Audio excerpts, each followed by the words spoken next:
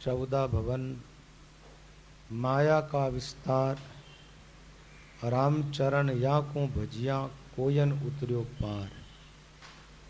3 लोक आशा तजे, भजे निरंजन राय, तो किया कर्म लागे नहीं जीव ब्रह्म हो जाए। माया की आशा करे पुण्य ओम सोहम ध्यान, रामचरण चावे ब्रह्म पद योई बड़ो अज्ञान। माया हित कर्म उपजे, कर्म करत सब जीव, कर्म रहित रामे भजे, रामचरण होई सीव। जीव ब्रह्म का अंश है जो रवि का प्रतिबिंब हो, घट पड़दा दूरा भया जीव ब्रह्म नहीं तो। जल बिन रवि भासे नहीं, यूं भजन बिना नहीं सीव। रामचरण कर्मा से चाकू कहिए जीव।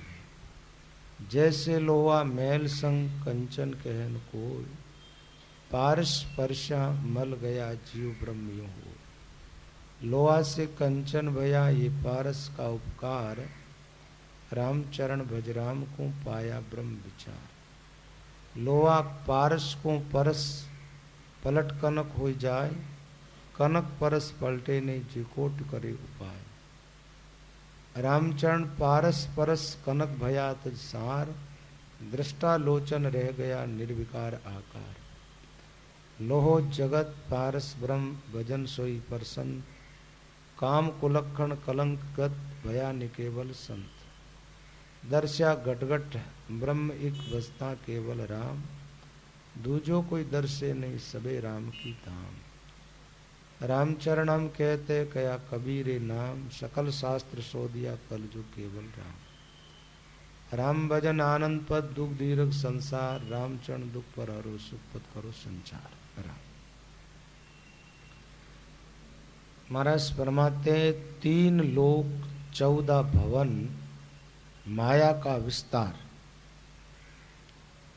रामचरण या को भजिया कोयन उतर्यो पार। महापुरुष फरमाते हैं एक ब्रह्मांड में 3 लोक और 14 भवन होते हैं। एक ब्रह्मांड का एक ब्रह्मा होता है। तो इस ब्रह्मांड में जो जीव है उनका जन्मना मरना इसी ब्रह्मांड में होता है। इस ब्रह्मांड को पार करके वो नहीं जाता। तो एक बात बताई कि पहली बात तो यह कि तीनों लोक 14 भवन की उत्पत्ति माया से हुई है, और माया से उत्पन्न होने वाले सब लोक मायामय हैं, और वहां पर भगवान की माया सब जगह है। तो यहां बात यह आई है कि तीनों लोक और 14 भवन के जो देवी देवता है, उन किसी की भी आप उपासना कर लो, आपको परमात्मा की प्राप्ति तो नहीं होगी। 3 लोक 14 भवन सब माया का विस्तार, रामचरण या को भजिया कोयन उतर्यो पार।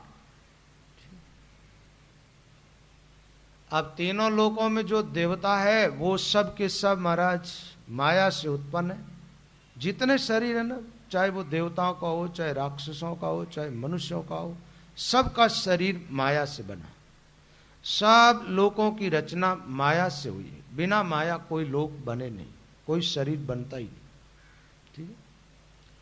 अब माया से परे है वो परमात्मा है, और माया के अंदर है वो परमात्मा है, तो भी असली परमात्मा नहीं। आप कहेंगे ऐसा कैसे हो सकता है? बात यह है कि माया के द्वारा कोई भी शरीर किसी का भी उत्पन्न हुआ है, उसको आप भले ही भगवान मान ले, उस शरीर में परिवर्तन होता ही है। वो शरीर कायम रहता नहीं है। और तीनों लोक 14 भवन से जो परे है, जिसकी शक्ति के आधार पर ये 3 लोक और 14 भवन एक आकाश के अंदर अदर टिके हुए हैं, और 3 लोक और 14 भवन के सारे देवताओं को जिनकी शक्ति प्राप्त हो रही है, वो तीनों लोकों से बाहर है। उनकी सत्ता जो है वो इन लोकों के अंदर भी व्यापक है। तो 3 लोक तक के देवता, जैसे स्वर्ग के देवताओं की आप उपासना करो तो भाई उनके पास ज्यादा से ज्यादा क्या है? स्वर्ग की सुख संपत्ति है।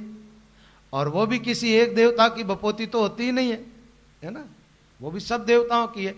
एक देवता के अधिकार में जो जो वस्तु होती है ना, उसकी उपासना करने से वही आपको दे देता, उससे आगे की चीज वो नहीं दे सकता। जैसे मान लो वायु देवता के पास में जो चीज है, जो वैभव है, उसके भगत को वो प्रदान कर सकता। अग्निदेव के पास जो है वो दे देगा, वरुण देवता के पास में वो वस्तु दे देगा, इंद्र के पास वो सम्राट है स्वर्ग का, तो पूरा स्वर्ग दे सकता है, इससे आगे तो उनके पास भी कुछ नहीं। लेकिन आप जानते हो इंद्र आदि भी सब बदलते रहते हैं। 14 बेर इंद्र पद पायो, होयो मकोड़ो कृष्ण बतायो, ऐसी बातें भी आती। तो आप देवलोक से आगे भी चले जाओ, बहुत सारे लोक है, 14 लोक है ना कुल मिला करके, तो 7 लोक तो नीचे कहिए, 7 लोक असमाना, 14 लोक की खोल बतावे, जब जानो 5 सेवा, अके का कौन माने संदेह।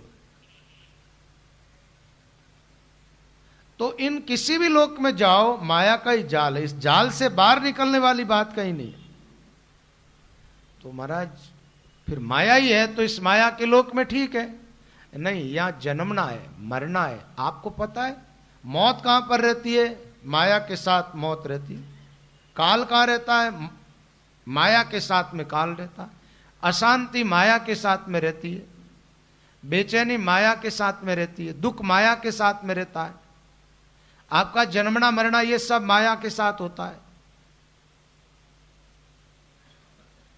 तो अशांति आदमी चाहता नहीं, दुख आदमी चाहता नहीं है, बेचैनी आदमी चाहता नहीं है, जन्मना मरना चाहता नहीं है ना?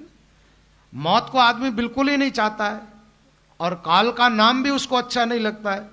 जमराज के दूतों की शक्ल ही नहीं देखनी चाहता आदमी। ये सब माया में रहते, माया के साथ रहते। जब तक माया के साथ रहोगे तब तक ये सब यार मायातीत हो जाओगे, उस दिन ये सब पीछे रह जाएंगे। और माया के क्षेत्र से बाहर निकलने का तरीका संतों की वाणी में ही मिलेगा आपको। माया के क्षेत्र से बाहर जाने की बात। अच्छा महाराज, माया के क्षेत्र से बाहर जाने वाला रास्ता कौन सा है? वो रास्ता ले लेना जिससे, जहां माया का क्षेत्र को पार किया आपने और फिर पार ब्रह्म का क्षेत्र आ जाता। वहां न तो काल है, न मृत्यु है, न किसी प्रकार का क्लेश है, न जन्मना है, न मरना, न दुख, न अशांति, कुछ भी नहीं। आनंद ही आनंद, आनंद ही आनंद, आनंद ही आनंद, आनंद के अलावा और कुछ। तो फिर उस परमात्मा के देश में रास्ता कौन सा जाता है? तो महात्मा कहते माया में जितने देवी देवता है उन किसी की भी उपासना करो, माया के क्षेत्र से पार नहीं जा सकते। महात्माओं ने तो यहां तक बता दिया, ब्रह्मा विष्णु और महेशा वही पार नहीं पाया, बाजी मांड बीच में अटक्या मोह लिया जिन माया। जहां ब्रह्मा जी की पहुंच नहीं, शिव जी की पहुंच नहीं है, और विष्णु की भी पहुंच नहीं, विष्णु के ही पर है पार ब्रह्म परमात्मा। तो निर्गुण निराकार जो तत्व है ना, भगवान विष्णु के लिए भी महात्माओं ने तो ये बात बताई है कि माया की एक सात्विक शक्ति है जिसको हम सतोगुण कहते हैं ना। सतोगुण का देवता कौन है? भगवान विष्णु। रजोगुण का देवता कौन है? भगवान ब्रह्मा। तमोगुण का देवता कौन है? भगवान शिव। रिद्धि सिद्धियां किसके पास रहती है? गणेश के पास। शक्ति किसके पास रहती है? देवी के पास में। यह सारा देवताओं का क्षेत्र है। वाणी जी का कभी पाठ करोगे ना तो चेतावनी आदि ग्रंथों में इन सब से परे निकलने की बात आती है। जहां माया नहीं है, एक जगह वो है, वहां पहुंच जाओ, फिर आनंदित हो जाओ। बढ़िया सो बिखरे सही माया तना मंडाण। माया से उत्पन्न होने वाली तो कोई भी चीज कायम नहीं। आपका शरीर किससे उत्पन्न हुआ भाई? माया से हुआ ना। कायम है क्या? देखो इसको। मां के गर्भ में नहीं आए उसके पहले शरीर क्या था? देखो, आत्मा की गति का भागवत में भी वर्णन है, वाणी जी में भी। इस जीवात्मा को आकाश में फेंक दिया जाता है, बेचारा आकाश में भटकता हुआ ये आता, पानी के साथ जमीन पर, फिर अन्न में प्रवेश करता है। अन्न के द्वारा फिर रजवीर्य का रूप धारण करता है, उसके बाद जाकर के और उस पानी की बूंद का धीरे धीरे निर्माण होता है, इस आत्मा के साथ एक शरीर बनता। तो थोड़े दिन पहले शरीर एक पानी की बूंद ही था और कुछ नहीं था। फिर उसका विकास हुआ, आत्मा के सारे हड्डियां, चमड़ा, मांस, सब मिलकर के बन गया, बना, मां के गर्भ के अंदर इसका निर्माण हो गया। फिर बाहर आ गए, जन्म ले लिया। अब जन्म लिया उसी दिन से देख लो, इस बदलता ही जा रहा है ये तो, ठीक है ना। जन्म लेता है जब बच्चा कैसा होता है, महीने भर बाद में देखो कैसा होता है, 2 महीने बाद कैसा होता है, 4 महीने, 5 महीने, साल भर बाद में कैसा हो जाता है, चेंज होता जाता। और धीरे धीरे धीरे धीरे बड़ा हो जाता, बड़ा होता, एकदम जवान हो जाता है। अब जवान हो गया, इसका मतलब विकास जितना होना था उतना हो गया। वर्ष 14 को भयो, 14 साल का होने के बाद एक तरुण अवस्था आती है। 14 से लेकर 25 तक तरुण अवस्था, जन्म से लेकर 14 वर्ष तक बाल्यावस्था, 25 के ऊपर जवानी को जोर, 25 से लेकर 40 साल तक जवानी का जोर रहता। बस जितना विकास हुआ था हो गया। अब 40 साल के बाद में बुढ़ापे का जन्म हो जाता है, परिवर्तन हो रहा है निरंतर। और धीरे धीरे धीरे धीरे ढलते ढलते क्या होता, हमारा शरीर का इतना ह्रास हो जाता है, मांस गल जाता है, चमड़ा लटकने लग जाता है, चमड़े में झुर्रियां पड़ जाती है, सफेद बाल जो है एक बुगले की नहीं सफेद हो जाते एकदम, दांत भी हिलने लग जाते हैं, मुंह को छोड़ देते हैं, आंखों की ज्योति भी मंद हो जाती है, कानों में भी कर्फ्यू लग जाता, सब कुछ मामला ढीला हो जाता है एकदम। और एक दिन तो ऐसा आता है खत्म मामला। तो शरीर की अवधि थोड़ी सी है, 150 साल, और ब्रह्मांड की अवधि ज्यादा है। महाप्रलय में पूरा ब्रह्मांड खत्म होता है कि नहीं होता है? आप लोगों ने भागवत आदि कथाओं में सुना होगा ना, ब्रह्मा जी की वही उम्र होती है। तो जब ब्रह्मा जी की उम्र खत्म हो जाएगी तो ब्रह्मा जी की बनी हुई चीजें रहेगी क्या? जिन चीजों को ब्रह्मा जी ने बनाई है, ब्रह्मा जी नहीं रहेंगे उस दिन रहेगा क्या? ब्रह्मा का बना हुआ संसार ब्रह्मा जी के साथ ही प्रलय हो जाता, हमारा सब खत्म मामला। तो बात ये एक जगह ऐसी भी है जहां जाने के बाद न जन्मना, न मरना, न आना, न जाना, न परिवर्तन, कुछ भी परिवर्तन नहीं होता। और वो जगह संत वाणी में इसके अलावा कहीं भी पहुंच जाओ वापस लौटने की संभावना। एक बात बताऊं, सगुण साकार रूप में भगवान ने भी कोई लोक बनाया है ना, और लोक बना करके भगवान साकार रूप धारण करके रहते, न तो वो भगवान का रूप कायम रहता है और न उस लोक में रहने वाले लोग कायम रहते। हाँ, थोड़े दिनों के लिए तो अच्छा है मामला, क्योंकि स्वर्ग में जाने की बजाय भगवान के साकेत, वैकुंठ आदि लोकों में जाना अच्छा है ना। लेकिन बात ये, आप कहेंगे नहीं नहीं, भगवान के धाम में जाने के बाद कोई वापस आता है क्या? एक बात बताओ, जय विजय कौन थे? भगवान के पार्षद। कहां रहते थे? वैकुंठ धाम में। वापस आए कि नहीं आए? आए ना। राक्षस बनना पड़ा उनको, ये भी कथा आप सब जानते हो। लेकिन जो निराकार में प्रविष्ट हो जाता वो जीव कभी लौट के वापस नहीं आता, कभी भी नहीं आता। लोक लोकांतरों की जो यात्रा है ना, जाना वहां से तो वापस लौटने की संभावना रहती है। लेकिन जो ब्रह्म में प्रविष्ट हो गया, सारे आकार को छोड़ करके निराकार में एक लीन हुआ, वो निराकार रूप हो गया, जिसका कोई आकार ही नहीं है। तो बदलेगा क्या भाई? आकार बदलता है, निराकार का क्या बदलेगा? शरीर बदलता, आत्मा का क्या बदला होगा? आत्मा में क्या परिवर्तन होगा? आत्मा बदलती है क्या? आत्मा बच्चा होती है, जवान होती है, बुढ़ा होती है, मरती है, जन्मती है, आत्मा में क्या होता? लेकिन आत्मा आप देखो निराकार है, आत्मा का कोई आकार नहीं है। है क्या कोई? पीला, काला, गोरा, सफेद, ऐसा कुछ है क्या आत्मा का आकार? देखा आपने कभी? नहीं देखा। तो आत्मा क्या है? जब आपकी आत्मा निराकार है और वो कायम है, आपका शरीर साकार है, ये नाश होने वाला है, मिटने वाला है। ये बात तो समझ में आई ना। तो बात यह है कि आपका स्वरूप निराकार है, तो फिर आपका आराध्य जो है ना परमात्मा, उसका स्वरूप कैसा होगा? आप तो निराकार और भगवान आकार में, ये कैसे बनेगा? और आप आकार बन जाते हो तो फिर मरण धर्मा बन जाते हो, मरते हो, फिर तो निरंतर नाश की तरफ जा रहे हो। आकार तो आपका असली स्वरूप है ही नहीं ना, आप शरीर हो क्या बताओ? कई बार बताई ये बात, लेकिन पूछता हूं तो कई लोग कह देते शरीर आत्मा एक ही है। आत्मा शरीर दो चीज है ना, दो तत्व है ना। एक तो निरंतर मिट रहा है, एक बात और है, ये दुखी सुखी आत्मा होती है, आपका शरीर होता, कौन होता है? बोलो ना, कौन होता है? दुखी सुखी कौन होता? शरीर होता। कैसी बेतु की बात करते हो, शरीर को लकड़ा में जलाते जब बोलता तो नहीं है कि मेरे को तकलीफ हो रही।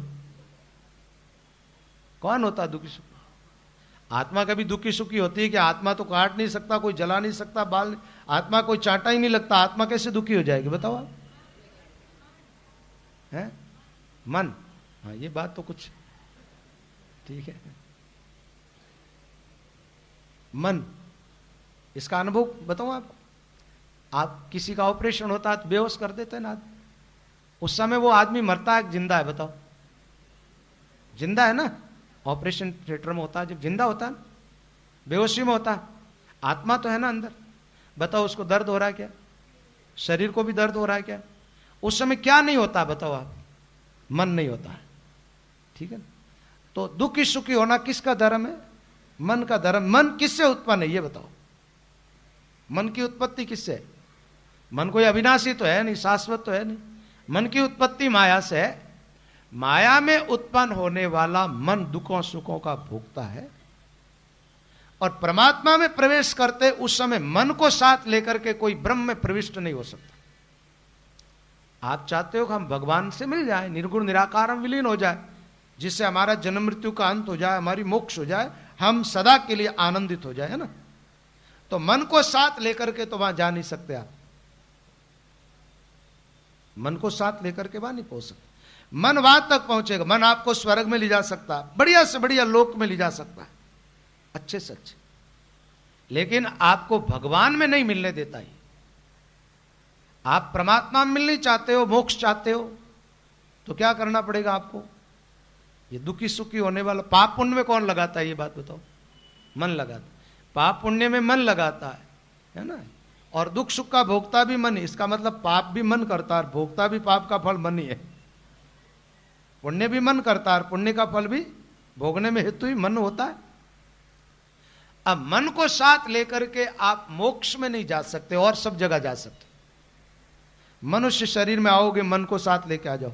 कई लोग कहते हैं महाराज कोई पहला जन्म दिखता है क्या? महात्माओं को दिखा ना, हमारे वीतराग महाराज की वाणी में इतनी बड़ी बात, लंबा ग्रंथ है एक, जिसके अंदर टोटली पहले जन्म की बात बताई उन्होंने, पहले जन्म की टोटल बातें बताई।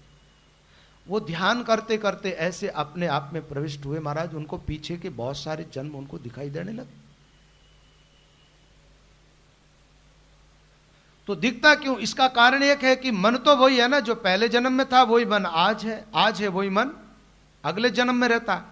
खाली शरीर बदलता, मन जो का त्यों साथ ही रहता मन, ठीक है। मन साथ में, बुद्धि साथ में, इंद्रियां साथ में, सब साथ रहता है अगले जन्म में जाते जाओ। तो आप जानते हो स्मृति कहां रहती है? बुद्धि में ही तो रहती है, वो साथ ही होती। उस पर एक आवरण आ जाता है जब जीव शरीर छोड़ता है ना, जब ऐसी तकलीफ, ऐसी चोट लगती, सब सुधि भूल जाता है। बस भूल करके शरीर छोड़ता, भूल में ही जन्म जाता, पीछे का कुछ भी इसको याद नहीं रहता।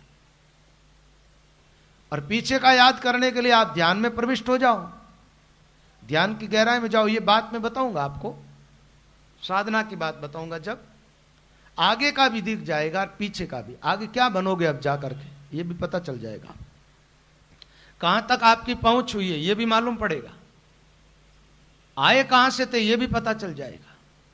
ये सारी बातें ध्यान की जब प्रक्रिया चलेगी उस समय मैं बता दूंगा आपको विस्तार से। तो बात यह है कि मन को साथ में लेकर के हम भगवान में प्रविष्ट नहीं हो सकते। उपासना तो कर सकते, उपासना में तो ऐसा है कि मन को भजन में लगाओ, ध्यान केंद्रित करो। तो सच बात तो यह है कि मन को हम अंतर्मुख करके एकाग्र इसलिए करते हैं कि इसकी दौड़ थके। और एक बात यह, ये जितना भागता उतना ही पुष्ट होता है। आदमी की तो यह दशा होती है कि आदमी को ज्यादा भगाओ बेचारा थक जाएगा, बैठ जाएगा, और ये जितना भागे उतना बलवान होता मन। और ये जैसा चाहता है ना वैसा भोग इसको देते जाओ, फिर तो ये कभी थकता ही नहीं है, दौड़ता ही जाएगा, दौड़ता ही जाएगा, दौड़ता ही जाएगा।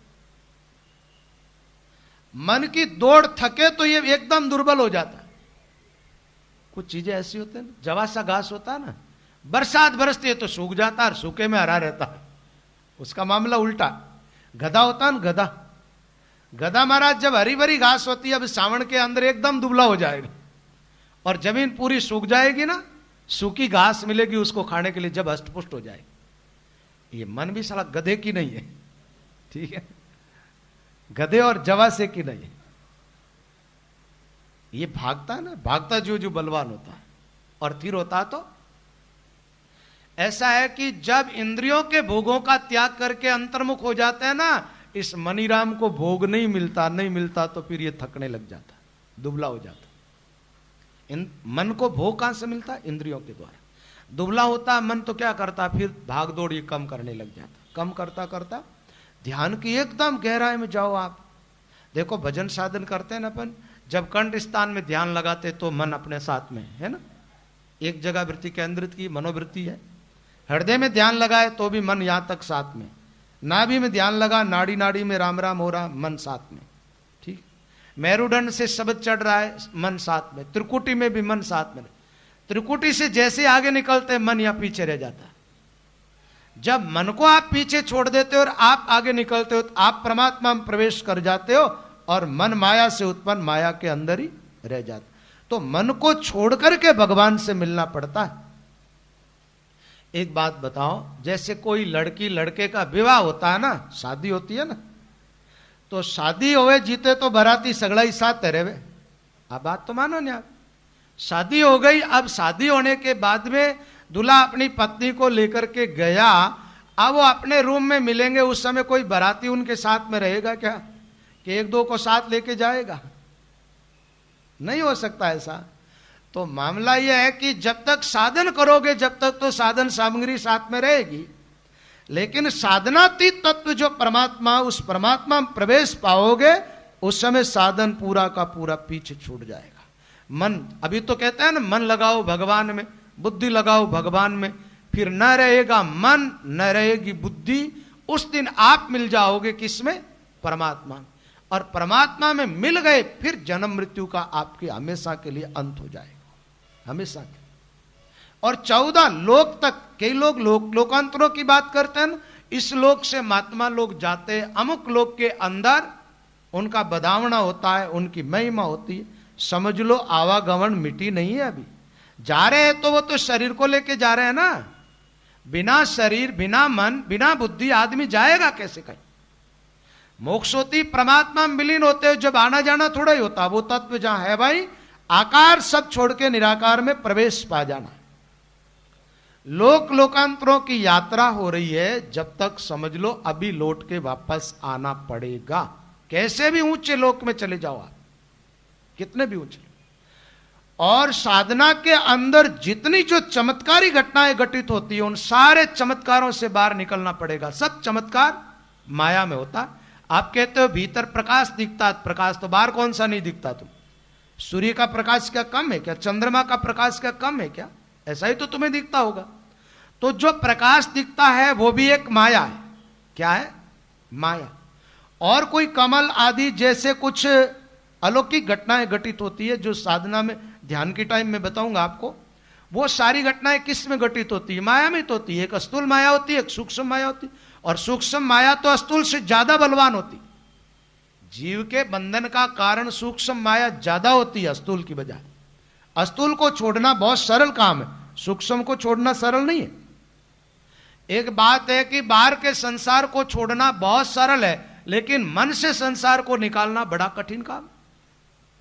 और बाहर से छोड़ भी दो तो ज्यादा कोई लाभ होने जैसी बात नहीं, और बाहर से पकड़ भी लिया तो ज्यादा हानि वाली बात नहीं है।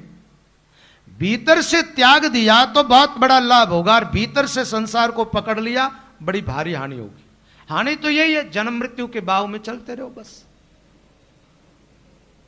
तो तीनों लोग 14 भवन तक महात्मा कहते माया का विस्तार है, माया है, माया का जाल है। कहीं भी जाओ काल तुम्हारे साथ में। जहां जाने के बाद वहां से गिरना पड़ता है, इसका मतलब काल ने धकेला। काल क्या करता? किसी भी चीज को एक जगह नहीं रहने देता, ये काल का काम। काल का अर्थ समय होता, और समय हर वस्तु को आगे धकेलता है। आप कहेंगे कैसे? हम तो बैठे जाके जहां बैठे, बैठे नहीं, यहां आकर के बैठे थे ना आप, उस समय कोई और थे, अब और हो। जैसे आप गंगा के किनारे खड़े हो ना, आपकी दृष्टि पड़ती है तो एक बार में जो जल देखा आपने, दोबारा वापस देखोगे तो वो चीज नहीं देखोगे, वो जल निकल गए, अब दूसरा दिखाई दे रहा। आप यहां आकर के बैठे थे, वो कोई और थे और अब कुछ और हो गए, चेंज हुआ आपको पता नहीं चलता है। वो श्वास आपकी अभी नहीं चल रही है, वो श्वास बीत चुकी, वो सोच अभी नहीं है, वो बीत चुकी है। ऐसे विचार बदलते रहते हैं, गति बदलती रहती है, निरंतर आगे बढ़ते रहते हैं। अब 14 भवन तक काल है, तो काल जीव को कहीं टिकने ही नहीं देता, जहां भी जाता पीछे लगा रहता, जहां भी जाता पीछे लगा रहता, आगे धकेलता रहता। जैसे ये सूर्य की रोशनी जो है ना, अंधकार को नहीं टिकने देती है, जहां जाता वो पहुंच जाता, और उसके पहुंचते ही अंधेरे को बेचारे को आगे आगे भागना पड़ता है। आप जानते हैं इस ब्रह्मांड में सूर्य उदय होता है, जैसे ही सूर्य की किरणा इधर आने लगती है, अंधेरे को उसके पहले ही विदाई लेनी पड़ती, उसके पहले ही वो चला जाता है। तो सूर्य जैसे अंधेरे के पीछे लगा हुआ और अंधेरे को धकेलता है ना, काल भगवान क्या करते महाराज, ये जीव जहां भी जाता आगे धकेलता रहता है। आप अभी जिन परिवारों में हो ना, इसके पहले भी आपका परिवार था कोई, इसके पहले भी आपके पास शरीर था, वो छोड़ के आयो, और ये शरीर है तो ये भी छूट रहा है निरंतर। आदमी कहता मर जाएंगे, मर क्या जाओगे, मर ही रहे हो निरंतर। पल पल आयु घटे तन छीजे, मरनो आवे नेड़ो।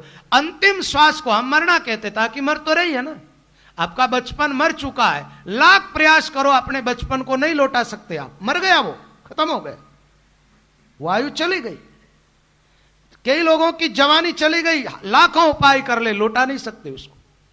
और बुढ़ापा ये भी तो जा ही रहा ना, चल रहा, काल धकेलता रहता, टिकने नहीं देता। जीव क्या करता, अच्छा कर्म करके स्वर्ग पहुंच जाता, वहां भी काल वहां से भी धकेल देता नीचे। ऊंचे लोकों में जाता है, थोड़ा ज्यादा टाइम तक वहां टिक सकता है, लेकिन ब्रह्मा को धकेल रहा है काल, दूसरों की तो बात ही क्या है। राम राम। ब्रह्मा जी को काल धकेल रहा है। ब्रह्मा की 100 साल की उम्र बताई, थोड़ी उम्र उनकी अपने से लंबी है। आप कहेंगे 100 साल की उम्र है तो फिर लंबी कहां है, लेकिन वो 100 साल हमारे जैसे नहीं है ब्रह्मा जी की। ब्रह्मा जी के 100 साल कुछ अलग ढंग के। हमारी एक चतुर्युगी होती है जब 43,20,000 वर्ष होते हैं एक चतुर्युगी के, और ऐसी 1,000 चतुर्युगी होती है जब एक कल्प होता है, और एक कल्प हमारा होता है जब ब्रह्मा जी का एक ही दिन होता है। आयु लंबी है उनकी, लेकिन उसके बावजूद भी काल तो पीछे लगा हुआ है ना। वाणी जी में आता है, ब्रह्मा डर पे काल से, काल बजावे गाल, सदा काल का गाल में सो क्यों फिरे खुशियाल। ब्रह्मा भी डरता है, औरों की तो बात ही क्या है। तो कहीं भी चले जाओ, जहां जाओगे जहां से काल धकेलता रहेगा, धकेलता रहेगा, आगे खिसकते रहो। आप जानते हो, दादाजी मरे, पोता जन्म गए, ठीक है, और धीरे धीरे धीरे धीरे महाराज, हम क्या एक दिन तो किसी के पोते थे, फिर दादा दादी चले गए, बेटे तो है ही, थोड़े दिनों के बाद हम बाप भी बन जाते, दादे भी बन जाते, दादे बाप बन करके हमारी राख बन जाती। ये तो मामला हो रहा है, ऐसे ही तो चल रहा। काल टिकने नहीं देता, धकेलता रहता, जहां जाओ वहां से। तो हमारे महात्मा कहते, 3 लोक 14 भवन माया का विस्तार, माया का विस्तार है। रामचरण या को भजिया कोयन उतर्यो पार। अच्छा, माया बैठी कहां रहती महाराज? हमारे भीतर। 3 लोक 14 भवन तक तो ये है ही, और हमारे मन तक, शरीर है, शरीर से पीछे मन है, मन तक माया रहती, मन बुद्धि तक। ध्यान करते हुए उससे जब परे निकलते हैं, हम जब आकार छूट जाता है एकदम, आकार से जैसे ही तदात्म्य टूटा कि आप परमात्मा के साथ एक हो जाते हो, ब्रह्म के साथ एकता का अनुभव हो जाता है।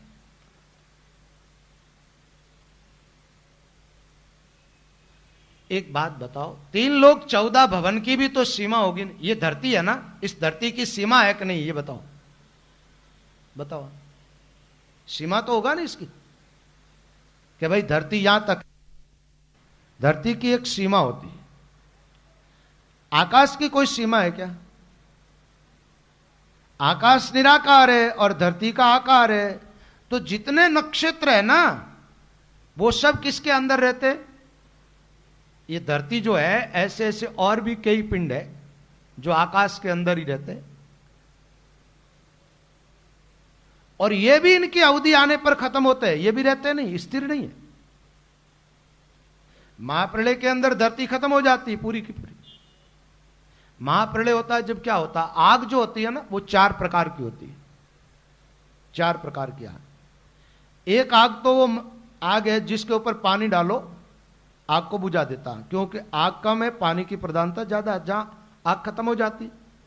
एक आग ज्यादा हो और पानी कम हो तो वो आग पानी का शोषण कर लेती है, पानी को खत्म कर देती है। एक आग पानी के साथ में रहती है, सममात्रा होने के कारण न तो पानी उसको नष्ट कर सकता है और न आग पानी को नष्ट कर सकती है। आप जानते हो समुद्र के अंदर भी आग है ना, लेकिन न तो समुद्र उसको नष्ट करता है न वो उनको नष्ट करती है। वही एक आग महाप्रलय में लगती है जिसको बड़वानल कहते हैं, वो पानी में आग लगती है महाराज, और वहां आग की मात्रा इतनी ज्यादा होती है कि इतना बड़ा समुद्र जिसका शोषण कर लेती आग। देखो प्रलय होता है जब क्या होता है, सबसे पहले हवाएं चलती है तेज, फिर मूसलधार बरसात होती है, जमीन पूरी पानी में डूब जाती, फिर पानी में आग लगती है महाराज, पानी में आग लगती, आग पूरे पानी का शोषण कर जाती है सबका। आग पानी का शोषण करके आग आकाश में विलीन हो जाती, आकाश तत्व क्या। तो इसका मतलब पूरे ब्रह्मांड की अवधि बताई है शास्त्रों में कि सब कुछ नष्ट होने वाला, अमर कुछ भी नहीं।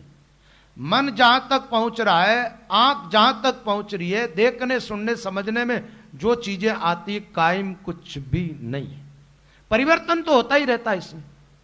आज के 100 साल पहले ये मानव अलग ढंग से जीते थे, अभी अलग ढंग से जी रहे, आने वाले 100 साल के बाद अलग ढंग होगा जीने का इनका, ठीक है। जीने की शैली बदल जाती, भाषाएं बदल जाती है, रहन सहन बदल जाती है, बहुत कुछ ये परिवर्तन होता ही रहता है, ये भी काल में ही हो रहा सब। तो महाराज ने जो इशारा किया है वो ये है कि कहीं भी चले जाओ, किसी की भी उपासना कर लो, काल से नहीं बच पाओगे। कालातीत जो तत्व है उसकी उपासना में लगो तुम।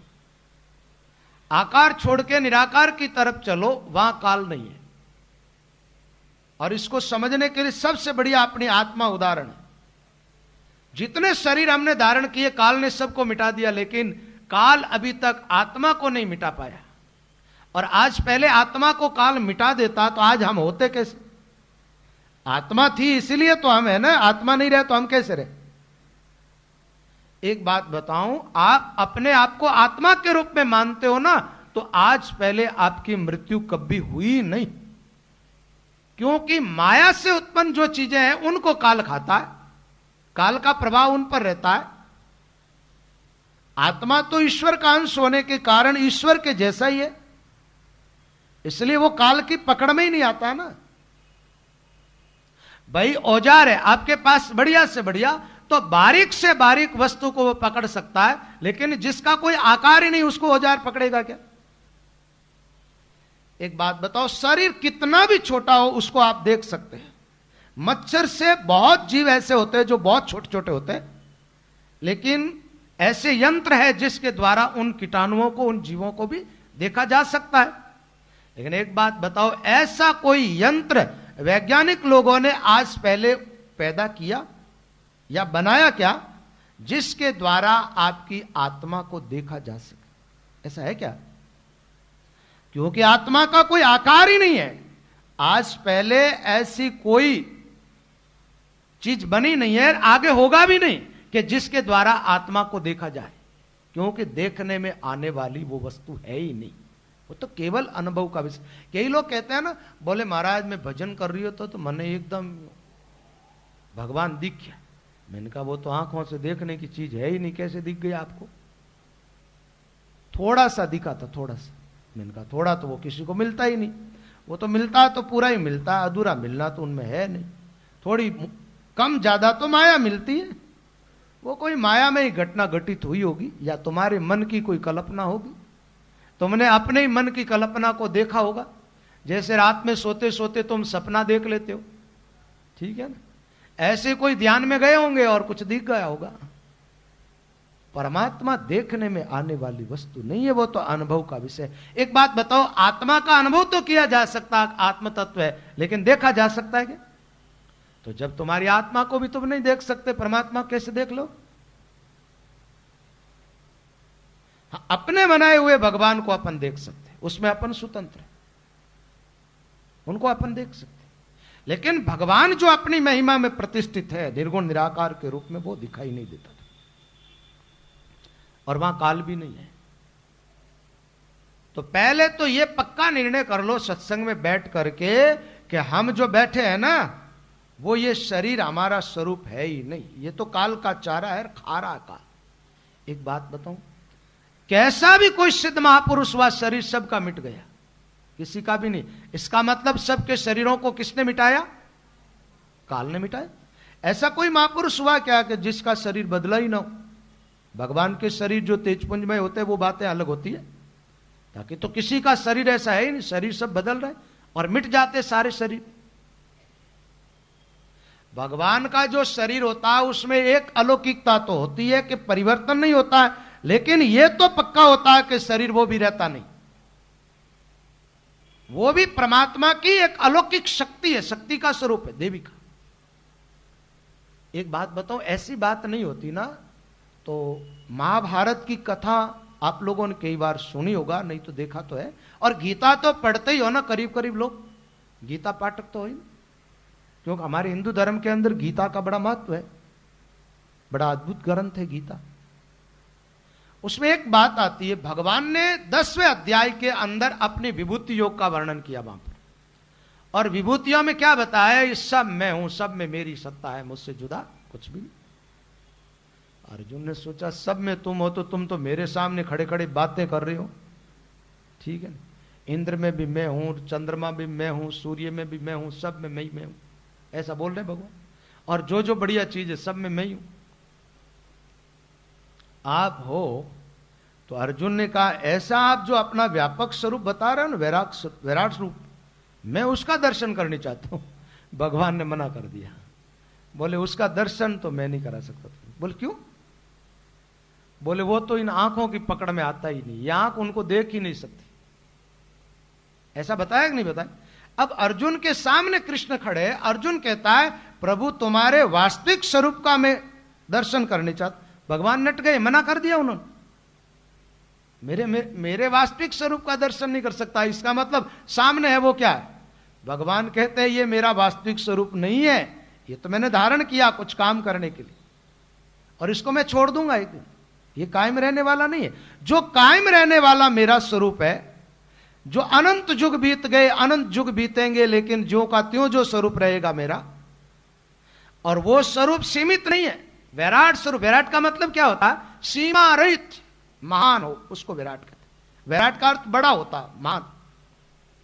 आप जो चित्र देख करके कल्पनाएं करते हो, विराट उतना ही नहीं होता है, वो तो असीम होता है, उसकी कोई सीमा ही नहीं होती। अर्जुन ने प्रार्थना की तो भगवान ने कहा ऐसा है, मैं तुझे दिव्य दृष्टि देता हूं जिसके द्वारा तुझे अनुभव होगा उस स्वरूप का। और अनुभव हुआ उस रूप का तो अर्जुन क्या बोलने लगा? अरे महाराज आप तो इतने व्यापक हो, सब जगह आप ही आप दिख रहे हो, आपके अलावा कुछ भी नहीं दिखाई दे रहा मुझे। न अंतम न मध्यम न पुनस्तवादिम, तुम्हारा आदि देखो तो कहीं नजर नहीं आता, अंत भी नजर नहीं आ रहा। आदि अंत जिसका नहीं होता उसका मध्य भाग तो होता ही नहीं। और परमात्मा के आदि अंत का कोई पता लगा सकता है क्या? नहीं लगा सकता, क्योंकि बेटा अपने मां बाप की शादी को देख सकता है क्या? बेटा अपने मां बाप की शादी को देखा क्या? और तो सब कुछ देख लिया, लेकिन शादी देख ही नहीं सकता। ऐसे परमात्मा के आदि और अंत का तो पता लगा ही नहीं सकते, पांच ही नहीं है। भगवान की बात छोड़ो, ये प्रकृति का कार्य आकाश है ना, इसके बारे में बता सकते हो? इसका आदि का, अंत का और मध्य भाग का। आकाश कहां से उत्पन्न है और कहां तक है? ये तो भगवान की माया का कार्य है, माया का स्वरूप नहीं। पांचों तत्व क्या है? प्रकृति का कार्य है। कार्य कारण कर्तृत्व हेतु प्रकृति रुच्यते। तो जो प्रकृति का कारण है वो कितना महान होगा? परमात्मा तो प्रकृति का कारण। तो असली स्वरूप आपका भी दो स्वरूप है, भगवान का नहीं, आपका खुद का दो स्वरूप है। आप जितने मेरे साथ बैठे हो ना, और मेरा भी दो रूप है, एक रूप नहीं। लोग जो दो रूप की बात करते हैं वो नहीं कर रहा हूं, ठीक है ना। दोगले लोगों का दो रूप वाली बात नहीं कर रहा हूं। आप हमारा सबका दो रूप, एक तो ये शरीर, ये तो है हमारा नकली रूप, क्या है, और एक हमारा आत्म स्वरूप। अब इस स्वरूप को तो आंख देख लेती है, तो आंख की पकड़ में आ जाता है, बातचीत कर लेते हैं अपन। अब उस असली स्वरूप को देखना चाहते, तब क्या करोगे आप? ये आंखें तो करनी पड़ेगी बंद आपको, और अनुभव की आंखें खोलनी पड़ेगी। अनुभव के द्वारा उस तत्व का साक्षात्कार होगा जो अविनाशी है, शाश्वत है, आता नहीं, जाता नहीं, जन्मता नहीं, मरता नहीं, काल नहीं, क्लेश नहीं, मौत नहीं, उसमें कुछ भी नहीं, उसमें कुछ नहीं। तो माया से उत्पन्न से कहीं भी जाए, इसको काल छोड़ता नहीं है। महाराज फरमाते, तो माया में हो तो माया से छुटकारा पानी चाटते हो ना, तो मायातीत तत्व उसको पुकारो, उसकी उपासना करो, उसका ध्यान करो, तो माया से छुटकारा मिल जाए। आप खुद माया में और माया की तुम्हारी उपासना है, तो ये तो बंधन मजबूत होता जा रहा। होता ये भाई, आपको किसी ने लोहे की सांकड़ में बांध दिया, आपको नहीं स्वाता। अरे भाई ये लोहे की सांकड़ मुझे नहीं स्वाती। अच्छे अच्छे जो लोग हैं पैसे वाले, उनके गले में चांदी की सांकड़ डाल दो, उनको स्वाती है क्या? गावड़ा में लोग राजी राजी पहनते, ठीक है। ए पैसा वाली बाया जका ने चांदी रो गहनो पहराव पहने गई, और गावड़ा ने मैंने औरतें ज्यादा कर वही पहन रही है ना।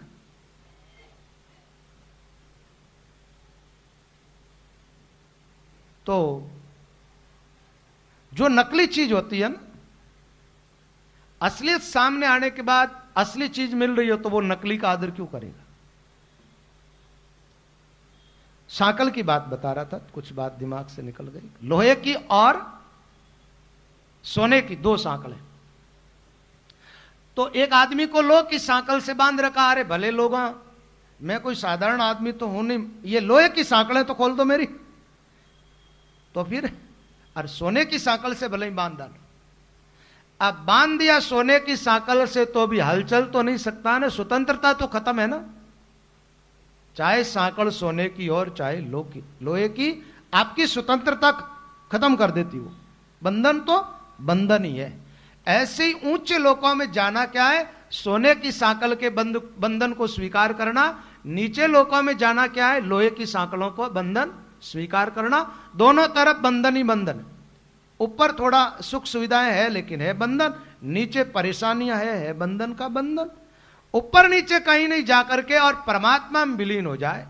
एक बात बताऊं, शास्त्रों में भगवान की उपासना का महत्व इन्हीं अर्थों में ही तो है। भागवत में देखो, रामायण में देखो, गीता जी में देखो, वाणी जी में देखो, उपासना में जहां बात आती है, सबसे श्रेष्ठ उपासना किसकी है बताओ? भजन किसका करना चाहिए? तो सब जगह यही बात आती है, भगवान का ही भजन करना चाहिए। और एक और बात है, जितना देवी देवता बने हरानी परेशानी आवेदन किरी शरण में जाओ, वे भगवान की शरण में। ये धरती माते बाहर बढ़ जाओ तो आ किरी शरण में जाओ। काले भागवत कथा चालू होने वाली है, भी मैं सगली यही कथाओं है, आप लोगों ने सुनने मिल जाए। तो इसका मतलब सबसे महान तो भगवान ही है ना, परमात्मा ही है ना। तो रामचरण जी महाराज कहते हैं, जो माया से परे ब्रह्म है ना, उसका ध्यान करो। उसका ध्यान करोगे तो आप मुक्त हो जाओगे। 3 लोक 14 भवन, माया का विस्तार, रामचरण या को भजिया कोई नहीं उतरियो। अच्छा, पार उतरने का अर्थ क्या लेते हो आप सोचते होंगे कटियट मरियारे बादरे में इन कोई नदी में ली जाए फेंक या पाने, और कोई महात्मा कोई आए नहीं हाथ पकड़ू रान पचे बारे किनारे कर दी एक तरफ, ऐसा अर्थ लगाता होला। तो ये कल्पना आप लोगों की गलत है। पार होने का मतलब यह है, ध्यान करते हुए पहला है अस्तूल शरीर हमारा, इससे परे निकलना, तो अस्तूल से पार हो गया। फिर आगे आता सूक्ष्म शरीर, ध्यान करते हुए उससे परे निकलो तो सूक्ष्म माया से भी पार हो गए। फिर अविद्यामय होता कारण शरीर, ध्यान करते हुए उससे भी परे निकल जाओ। फिर क्या होता है? माया के क्षेत्र से एकदम ध्यान के द्वारा परे निकलते हैं। परे सबसे परे क्या है? परमात्मा। ये आवरण जितने है ना, इन सबसे परे कौन बैठा है? परमात्मा। ध्यान के दो। अच्छा, परमात्मा में प्रवेश हुए हम तो क्या हो गया? संसार से पार हो गया। ये माया का दरियाव है। संसार जो है ना माया का दरियाव। तो दरियाव में पानी होता है, इस दरियाव में कौन सा पानी? बोले मृत्यु का पानी है। भगवान कृष्ण ने तो संसार को मृत्यु का सागर बताया। क्या बताया? मौत का सागर। और यहां मृत्यु के अलावा और है भी तो क्या? मृत्यु के अलावा एक बात बताऊं, इस संसार में सत्य है तो मौत ही है, बाकी कोई सत्य चीज नहीं। मौत तो होनी होनी, ये मौत का सागर है। और जब आप तीनों शरीरों से परे निकल जाते हो, मौत किसको मारेगी बताओ? वहां मौत है क्या? आपकी आत्मा की तो मौत होती ही नहीं है। और आकार आपने पहले ही ध्यान के द्वारा छोड़ दिया, निराकार में प्रवेश हो गए, मौत कहां है? वहां ना मौत न काल, कुछ नहीं। तो 3 लोक 14 भवन, माया का विस्तार, रामचरण या को बजिया कोई नहीं उतरियो पार। तो फिर किसको भजे? बोले मायामय शरीरों को न भज करके निराकार का ध्यान करें। निराकार के ध्यान से निराकार में प्रवेश कर जाओ।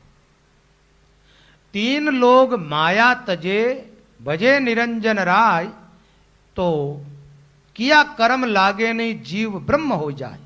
बड़ी अच्छी बात बताई। 3 लोग की माया जो है इसका त्याग कर दे। त्याग का मतलब पीठ फेर दे। 3 लोकों में देवी देवते बड़े से बड़े होंगे, उनकी किसी की उपासना नहीं करनी, कोई भ्रमित नहीं होना, कहीं भी नहीं जाना, ठीक है? राम जी में लग जाओ। और दूसरी बात यह है कि 3 लोकों की कोई भी चीज की आशा करोगे, पहली बात तो आशा करने से मिलेगी नहीं, मिल भी जाएगी तो रहेगी नहीं साथ में। संतदास जी महाराज ने ठीक ऐसी बात कही है, 3 लोग को पूट दे जो कहेगा राम, वही रहेगा संतदास परम मुक्ति विश्राम। 3 लोक तक तो जाओ तो काल ही काल है। 4थे लोक में प्रवेश कर जाओगे, वहां काल नहीं। और 4थे लोक की कल्पना भी क्या कर लेते हो, कई बार यहां भी गड़बड़ कर देते लोग। बोले 4था लोक यानी मृत्यु लोग ऊपरे जावा स्वर्ग लोक में, पच स्वर्ग लोग आगे जावा ना, जन बारे निकला जन कोई 4थो एडो लोक बनियोड़ो जिन मैंने जान रहे हो। ये भी मूर्खता, इसका पहले ही त्याग कर देना आज। 3 लोक का अर्थ होता है 3 गुण तुम्हारे शरीर में व्याप रहे। पहला गुण है तामस, इससे आगे निकलो। दूसरा गुण है राजस, इससे भी परे निकल जाओ ध्यान करते हुए। और तीसरा गुण है सात्विक गुण। ये गुण तीनों क्या करते? 3 लोकों में जीव को ले जाते। ऊर्ध्वम गच्छन्ति सत्वस्ता, मध्य तिष्ठन्ति राजसा, जगन्य गुण वृत्तिस्ता, अधो गच्छन्ति तामसा।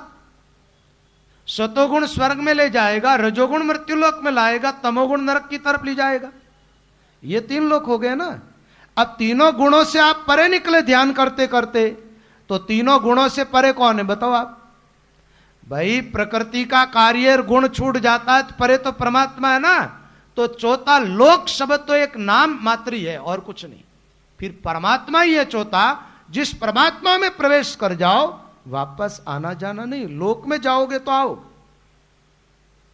कई भोले बाड़े लोग कहते महाराज मैं तो 4था लोक री भक्ति करा। अरे मैं क्यों लोक री भक्ति करो कि राम जी री भक्ति करो रे? 4था लोक की भक्ति करा। यानी लोगों को पता नहीं है जो हम बोल रहे हैं उसका अर्थ भी क्या है, अर्थ का भी ध्यान नहीं है।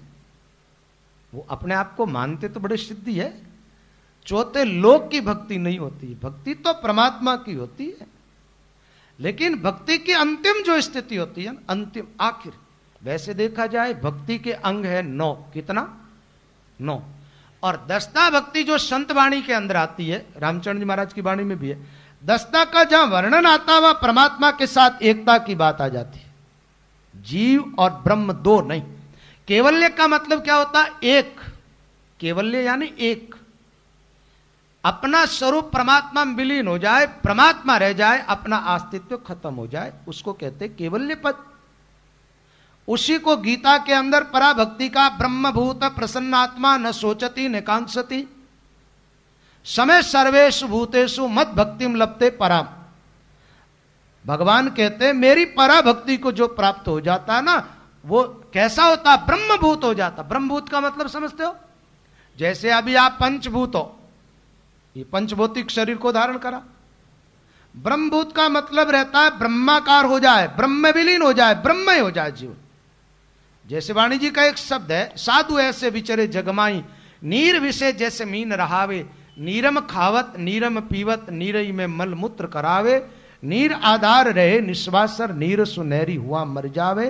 रामचरण ऐसे ब्रह्म ज्ञानी ब्रह्ममय विचरा, उनका तो विचरण ब्रह्ममय होता। तो केवल्य पद कह दो, दस्ता भक्ति कह दो, पराभक्ति कह दो, ये सब एक ही जैसी ब्रह्म के साथ एक होने वाली बात है। और उसको ही हमारे महात्माओं ने मोक्ष का, बूंद है आत्मा, सागर है परमात्मा, मिल गए दोनों एक, मोक्ष का स्वरूप ऐसा बताया। तो आकार को छोड़ के निराकार की तरफ जाना तो चौथा लोक की तरफ। लोक तो कहने मात्र का, शब्द मात्र, कोई बात समझाने के लिए कोई न कोई शब्द बोला जाता है, ठीक है, ताकि वैसे स्वरूप है पीछे आगे। तो तीन लोक माया आशा तजे भजे निरंजन राय। अच्छा, अब तीनों लोक की आशा छोड़ दी, कोई लोक लोकांतरों में नहीं जाना, कोई सुख सुविधा नहीं चाहिए, अबे तो किसी देवी देवताओं से कुछ भी लेना देना नहीं है, तो क्या करे, भजे निरंजन राय। निरंजन कौन है? परमात्मा। राय का एक अर्थ होता है सम्राट, ठीक है, सम्राट का मतलब होता है सब पर, सबके ऊपर, सर्वोपरि सत्ता।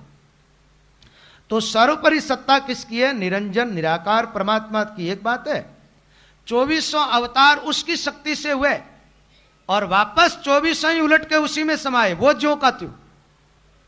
उलट समावे तास में सो घर जाने संत। आज 2400 में से एक का भी आकार नहीं है, लेकिन निराकार ज्यों का त्यों, निराकार की सत्ता से अवतार होते हैं। तो निरंजन निराकार जो ब्रह्म है वो ज्यों का त्यों रहता है, स्थिर, और वो सर्वोपरि सबके ऊपर है। मेरा साईं वहां पर और नहीं बताया, मनसा वाचा और कर्मना वाई से लिवलाया। सब देवाशिर देव है, सृष्टि तणो करतार, रामचरण ताके परे सोई देव हमार। सब देवताओं के ऊपर देवता कौन है? सृष्टि का कर्ता। कर्ता कौन है? तो विष्णु जी का नाम लेना पड़ेगा, भगवान विष्णु है। भगवान विष्णु की नाभि से कमल प्रकट हो गया, कमल से ब्रह्मा जी प्रकट हो गए, ब्रह्मा जी को भगवान ने विधाता बना दिया, विधाता ने सृष्टि रच दी। अब उससे परे जो कर्ता, कर्ता के परे कौन है? अकर्ता। अकर्ता है वो निराकार, कर्ता के तो आकार, अकर्ता निराकार, उसका कोई आकार नहीं। सब देवा सिर देव, सृष्टि तणो करता, रामचरण ताके परे, उससे भी जो परे है निरंजन निराकार, वो मेरा आराध्य देव। तो तीन लोक आशा तजेर भजे निरंजन राय। निरंजन का मतलब जिसका कोई आकार नहीं, कोई अंजन नहीं। अंगन भंगन रंग है, रूपन रेकन भेक, रामचरण पी रामरस आपे भया अलेख। आपे भया अलेख, अलग की पद में लीना, गुणा पार निराधार, सार सुख अति जीना। तीनों गुणों से परे, निराधार, सबका आधार वो, उसका कोई आधार नहीं, वो किसी के सारे टिका हुआ नहीं। उसकी उपासना से महात्मा कहते हैं जन्म मृत्यु का अंत होता है। तीन लोक आशा तजे भजे निरंजन राय, तो किया कर्म लागे नहीं, जीव ब्रह्म हो जाए। अच्छा, एक बात बताओ भाई, जब आप देहातीत हो जाते हो, आत्मा में चले जाते हो, तो कर्म कहां से लगेगा? कर्म तो करता शरीर है ना, क्रियाएं शरीर से होती है, शरीर से ही कर्म होते सब।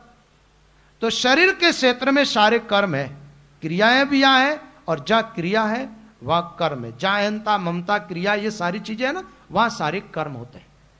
जब शरीर के क्षेत्र से परे निकल जाते हो, जब आत्मा और परमात्मा की एकता का अनुभव कर लेते हो, निरंजन परमात्मा निरंजन आत्मा दोनों एक रूप, ऐसी बात हो जाती है, तब आप बताओ कर्म लागू किसके होते हैं?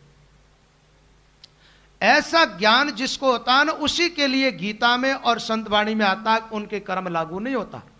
महात्माओं की वाणी में तो आता है कि सब पर बैठे माखियां पावक से भागे, जाके हृदय ज्ञान उसको कर्म नहीं लागे। वाचक ज्ञान नहीं, ऐसा अनुभव ज्ञान, आत्मा परमात्मा की एकता का अनुभव। तो मक्खी सब पर बैठती, आग पर नहीं बैठती, आग पर बैठे तो बैठती जल जाए। ऐसे कर्म सबके लागू होते हैं, लेकिन जो आत्मनिष्ठ है, आत्मा परमात्मा के साथ एकता का अनुभव करता, वहां टिका हुआ, वहां तो कर्म की पहुंच ही नहीं है ना। अरे भाई, पक्षी उड़ेगा, कितना उड़ेगा? सूर्य तक उड़ के थोड़ा ही जाएगा, सूर्य तक जाने के पहले ही जल जाएगा वो। उड़ान भर सकता है आकाश। ऐसे कर्म पूरी ताकत लगा सकते, जोर लगा सकते, हमारे शरीर से क्रियाएं हो, यहां से कर्म लागू होते होते मन बुद्धि आदि पूरे अंत्यकरण को दूषित कर सकता है ये कर्म। लेकिन महात्मा कहते हैं अंत्यकरण से भी जो परे, वहां कर्म कैसे जाएंगे, उधर जाने की पहुंच भी नहीं। और उधर जैसे ही कर्म जाते जल जाते, नष्ट हो जाते। अतिदांशी समिदो अग्नि भस्मसात कुरुते अर्जुन है। जिस प्रकार प्रज्वलित आग लकड़ियों को जला करके भस्म कर देती है, ऐसा अनुभव ज्ञान जिसके भीतर प्रकट हो गया, उसके सारे कर्म जल करके राख हो जाते। यस्य न हम कृतो भाव बुद्धि यस्य न लिप्यते हत्वापि सीमान लोकान न हंति न निबध्यते।